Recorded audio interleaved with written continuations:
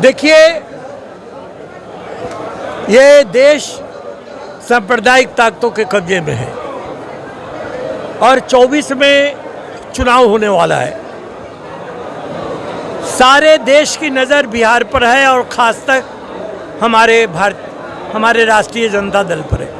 नमस्कार, आप देख रहे हैं न्यूज़ फॉर नेशन और मैं स्वाति पांडे आपके साथ। साल 2024 में लोकसभा चुनाव है और साल 2025 में बिहार विधानसभा चुनाव है और इन दोनों चुनाव के लिए तमाम जितनी भी पार्टियां हैं वो अपने अपने स्तर पर तैयारियों में लगी हैं।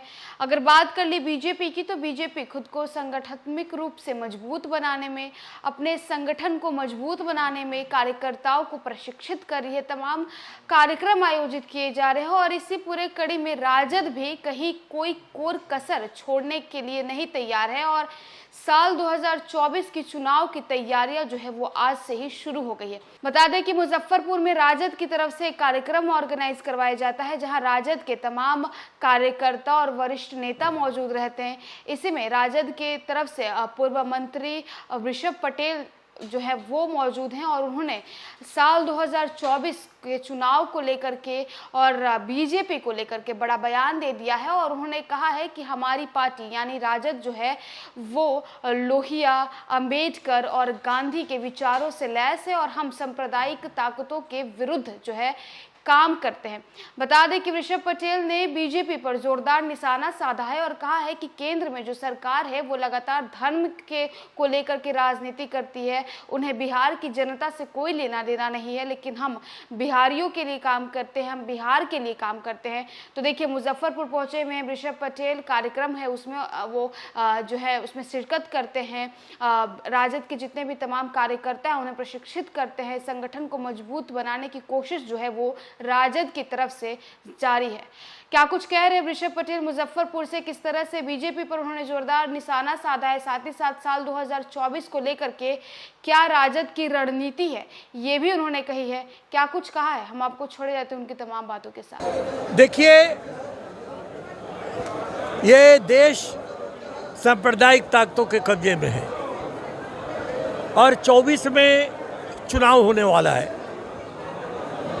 सारे देश की नज़र बिहार पर है और खासकर हमारे राष्ट्रीय जनता दल पर है।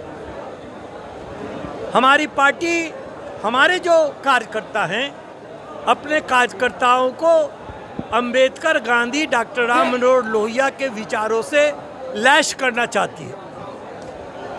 उनके विचारों का अस्त्र से सुसज्जित करना चाहती है कि जो आने वाला जो चुनाव है 24 का, उस 24 के चुनाव में ये जो इस मुल्क में सांप्रदायिक ताकत है उसको हराने में, उसको इस देश को उससे मुक्ति दिलाने में, ये हमारा जो लोहिया, डॉक्टर राम मनोहर लोहिया और अंबेडकर और गांधी का जो विचार है ये कारगर सिद्ध हो और हम उन्हीं औजारों से इन बेईमानों को पराजित कर सकते हैं। इसी सोच के तहत सारे बिहार में यह अंबेडकर परिचर्चा के माध्यम से हम उनके विचारों से अपने कार्यकर्ताओं को लैस कर रहे हैं 2024 के लिए। आप देख रहे हैं जो कार्यकर्ता ये समझ नहीं पा रहे हैं, उसी तरह जैसे चूहा को पकड़ने के लिए रोटी का टुकड़ा लगा दिया जाता है तो चूहा सोच नहीं पाता है कि मुफ्त का अनाज हमको क्यों दिया जा रहा है। ये चिड़िया जाल में चली जाती है दाना चुगने के लिए, वो सोच नहीं पाती है कि ये मुफ्त का दाना हमको क्यों दिया जा रहा है और वो उसमें फंस जाती है।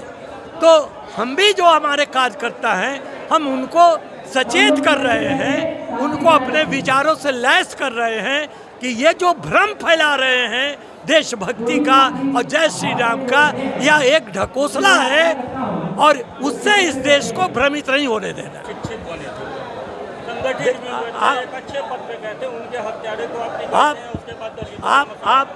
आप वहाँ मत जाइए। बाबा साहब भीमराव अम्बेडकर ने कहा था सब सह लेना लेकिन इस मुल्क को कभी हिंदू राष्ट्र मत बनने देना। आज की तारीख में बाबा साहब का वही विचार आज इस देश के लिए कामयाब है और हम उन्हीं विचारों को हम अपने कार्यकर्ताओं के पास ले जाना चाहते हैं कि जो बाबा साहब चाहते थे कि इस मुल्क में कभी मनुस्मृति का संविधान नहीं लागू हो और नया मुल्क कभी हिंदू राष्ट्र बने, हम उन्हीं के विचारों से अपने साथियों को लैस करा रहे हैं।